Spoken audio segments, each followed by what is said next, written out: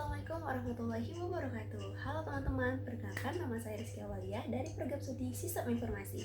Di sini saya akan mempresentasikan tugas mata kuliah konsep data warehouse dan mining. Untuk proyek yang saya kerjakan berjudul Retail Sales Forecasting menggunakan Random Forest Regressor. Proyek ini bertujuan untuk membangun model forecasting yang mampu memprediksi nilai weekly sales berdasarkan data historis penjualan serta beberapa faktor eksternal seperti fuel price, CPI, temperatur, dan unemployment. Dalam pengerjaan proyek ini, saya menggunakan pendekatan CRISP-DM yang terdiri dari beberapa tahapan yaitu business understanding, data understanding, data preparation, modeling, evaluation, dan development. Namun untuk development ini adalah posting ke Google Sites. Lalu sebagai tambahan saya menambahkan conclusion. Selanjutnya saya akan menjelaskan setiap tahapan tersebut beserta implementasi kode yang saya gunakan. Oke, untuk tahapan pertama adalah business understanding. Pada tahapan ini saya mengidentifikasi permasalahan yang ingin diselesaikan. Dalam industri retail, perusahaan perlu mengetahui perkiraan jumlah penjualan pada periode berikutnya agar proses perencanaan dapat dilakukan dengan lebih baik. Misalnya dalam penyusunan strategi penjualan maupun perencanaan stok. Berdasarkan permasalahan tersebut, tujuan proyek ini adalah membangun model forecasting menggunakan algoritma Random Forest Regressor untuk memprediksi nilai weekly sales berdasarkan data historis penjualan dan beberapa faktor eksternal, yaitu fuel price, CPI, temperatur, dan employment. Melalui proyek ini diharapkan model dapat memberikan prediksi penjualan dengan tingkat kesalahan yang rendah sehingga dapat menjadi referensi dalam proses forecasting penjualan. Selanjutnya saya masuk ke tahap data understanding. Pada tahap awal saya mengimpor beberapa library yang dibutuhkan. Pandas digunakan untuk mengolah dataset berbentuk tabel, NumPy membantu proses komputasi numerik, sedangkan Matplotlib dan Seaborn digunakan untuk visualisasi data. Lalu kemudian di sini saya mengatur visualisasi untuk nantinya agar seluruh output grafik memiliki tampilan yang konsisten dan mudah dianalisis. Kemudian, ketika sudah berhasil mengimpor, akan tampil hasil library berhasil diimpor. Kemudian untuk membaca dataset, karena dataset terdiri dari 3 file, masing-masing file dibaca menggunakan fungsi read.csv dari library Pandas. Nah, hit ini digunakan untuk menampilkan 5 data pertama sehingga kita bisa memastikan dataset berhasil dibaca. Lalu, shape digunakan untuk mengetahui jumlah baris dan kolom dataset. Jadi ini masing-masing untuk informasi datanya.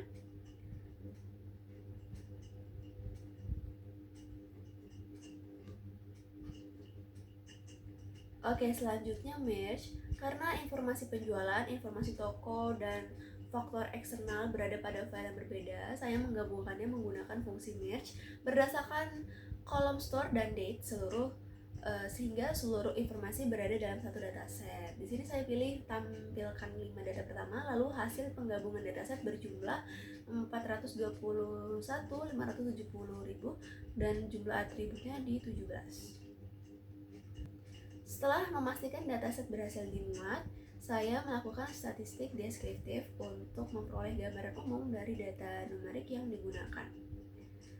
Nah, pada bagian ini saya memilih beberapa variabel numerik yang akan dianalisis, yaitu weekly sales, fuel price, CPI, temperatur, dan unemployment. Untuk fungsi describe digunakan untuk menghasilkan statistik seperti jumlah data, rata-rata, nilai maksimum, nilai minimum, serta kuartil sehingga saya dapat memahami karakteristik masing-masing variabel. Untuk round 2 ini digunakan agar angka ditampilkan sampai 2 angka di belakang koma sehingga lebih mudah dibaca. Selanjutnya saya melakukan pengecekan missing value untuk mengetahui apakah terdapat data yang kosong. Fungsi is0 ini digunakan untuk mendeteksi nilai kosong pada setiap kolom, sedangkan sum menghitung jumlah missing value yang ditemukan. Kemudian, seluruh missing value dijumlahkan sehingga diketahui total data yang perlu ditangani pada tahap data preparation. Kemudian di blok kode ini saya sekaligus menggunakan pengecekan data duplikat, juga menggunakan fungsi duplicate untuk mendeteksi baris yang isi datanya sama. Tuh, untuk hasilnya tertera data duplikat tidak ada. Selain itu, saya juga melakukan validasi terhadap nilai-nilai yang tidak masuk akal. Saya membuat data frame ringkasan yang berisi variabel yang diperiksa, kondisi yang dianggap tidak valid, serta jumlah data yang memenuhi kondisi tersebut. Sebagai contoh, store dan department tidak boleh bernilai 0 atau negatif, sedangkan weekly sales tidak boleh bernilai negatif karena penjualan tidak mungkin kurang dari 0. Hasil pengecekan kemudian ditampilkan dalam bentuk tabel agar lebih mudah dianalisis. Ini ya, dengan display buku kurung C. Tahap terakhir pada data understanding adalah visualisasi distribusi data menggunakan histogram.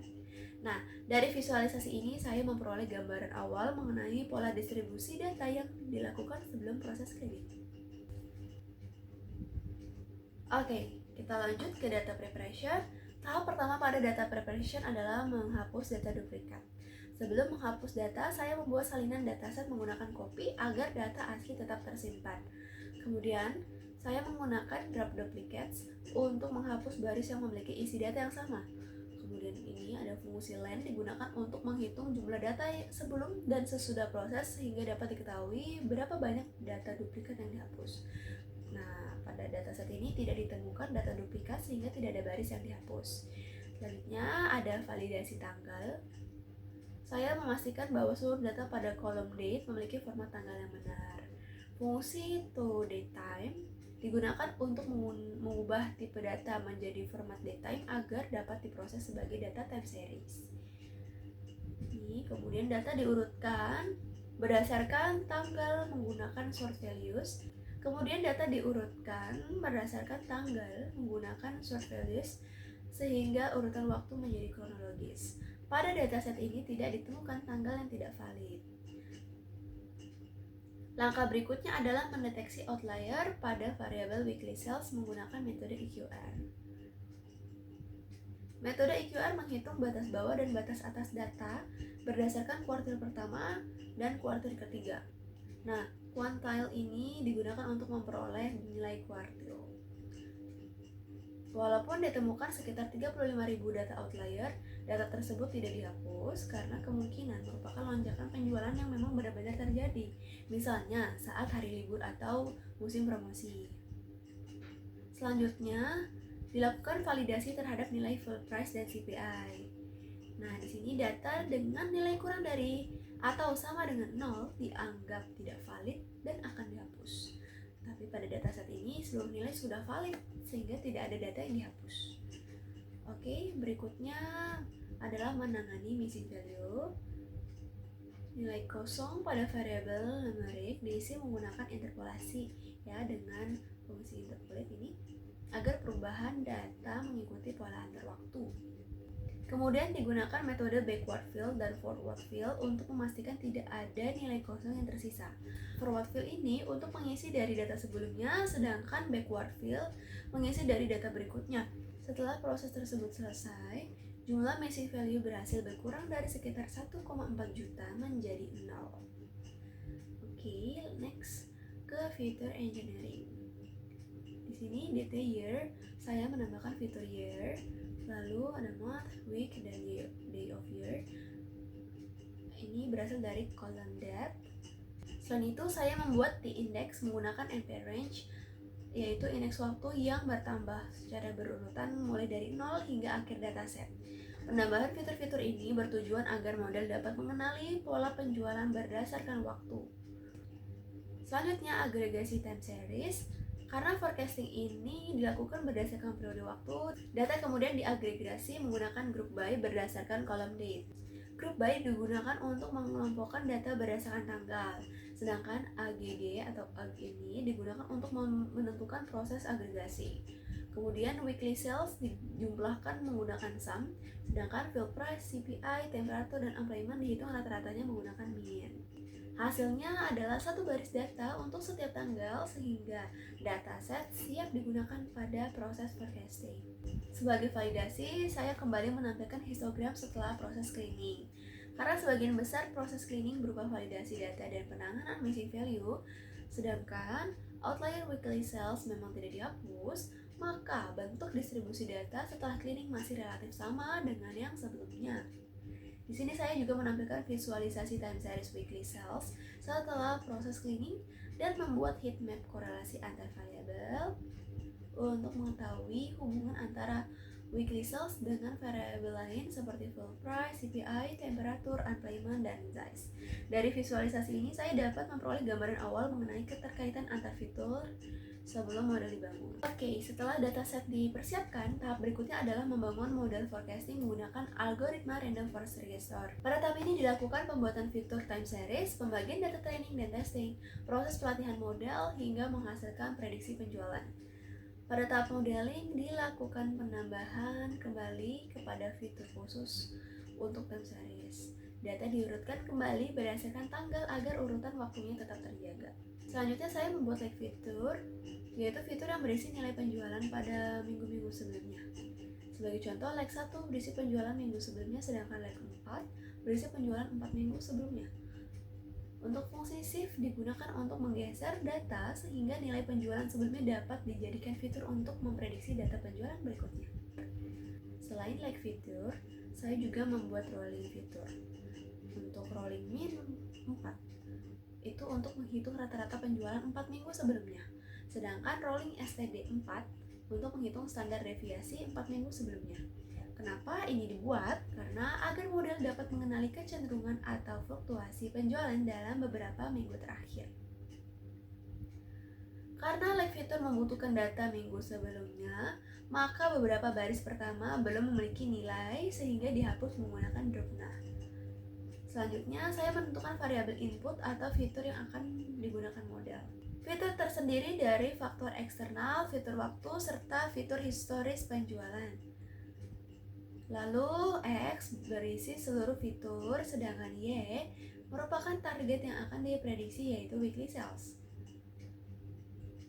Split index ini karena menggunakan data time series, pembagian data dilakukan berdasarkan urutan waktu, bukan secara acak.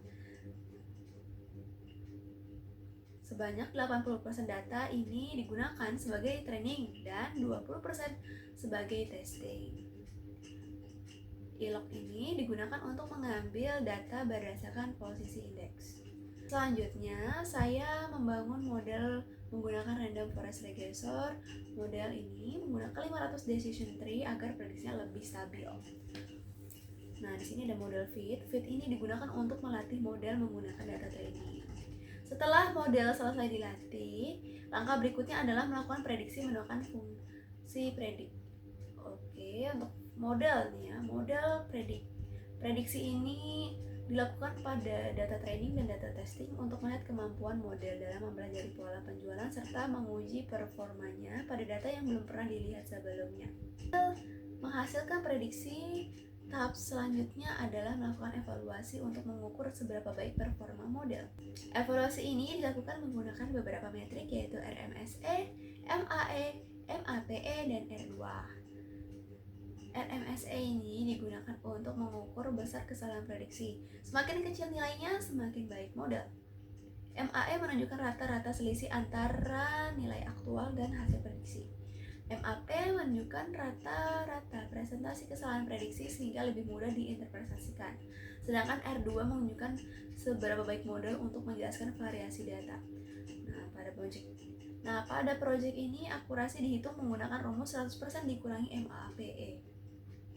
Oke, selanjutnya hasil evaluasi. Di sini model menghasilkan MAPE sebesar 3,65% sehingga tingkat akurasinya mencapai 96,35%. Meskipun di sini ya nilai R2 pada data testing masih negatif, nilai MAPE menunjukkan bahwa rata-rata kesalahan prediksi tetap rendah sehingga model masih layak digunakan untuk forecasting. Oke, setelah evaluasi selesai, hasil prediksi disusun ke dalam data frame menggunakan pandas. Nah, data frame ini berisi tanggal, nilai aktual, nilai hasil prediksi, hingga lebih mudah dibandingkan. Untuk grafik forecast, grafik ini digunakan untuk membandingkan nilai aktual dan nilai prediksi. Terlihat bahwa garis prediksi mampu mengikuti pola perubahan penjualan meskipun masih terdapat sedikit perbedaan pada beberapa periodenya. Oke, kita kita lanjut ke scatter plot. Di sini scatter plot digunakan untuk melihat kedekatan antara nilai aktual dan nilai prediksi. Semakin dekat titik terhadap garis diagonal, semakin baik hasil prediksi model. Yang terakhir, di sini ada fitur importance. Saya menampilkan fitur importance untuk mengetahui fitur mana yang paling berpengaruh terhadap prediksi. Berdasarkan hasil yang diperoleh, fitur day of year dan week memiliki nilai importance paling tinggi.